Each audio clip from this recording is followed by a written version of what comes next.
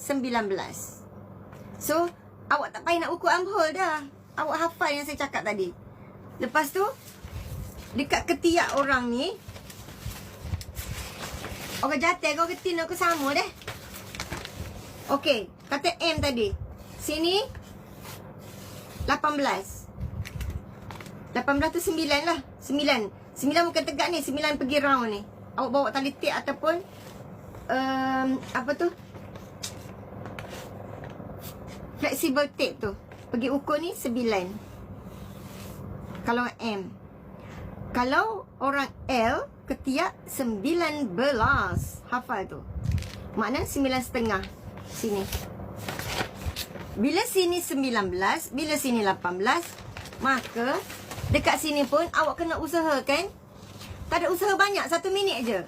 Bukan nak menggoreng ni, bukan jual jamu Ini tips. Situ 18, sini pun awak pergi 18, makna 9. Cara senang, ada dalam secret group saya. Goreng. Betul lah buat 1 minit buat ketiak. Siapa yang ada masalah duk tanya, macam mana nak buat keruk ketiak, macam mana nak buat keruk ketiak. Tak ada masalah. First awak ukur armhole. Dengar cakap saya. First ukur armhole. Yang kedua pergi buat pattern. Pergi buat pattern turun bahu ke ujung ketiak sana. Mesti sama. Dah dapat situ, pergi buat tangan. Mesti benda yang sama. Boleh peher kau ni. Aku mengajar sebagai jual jamu pula dah.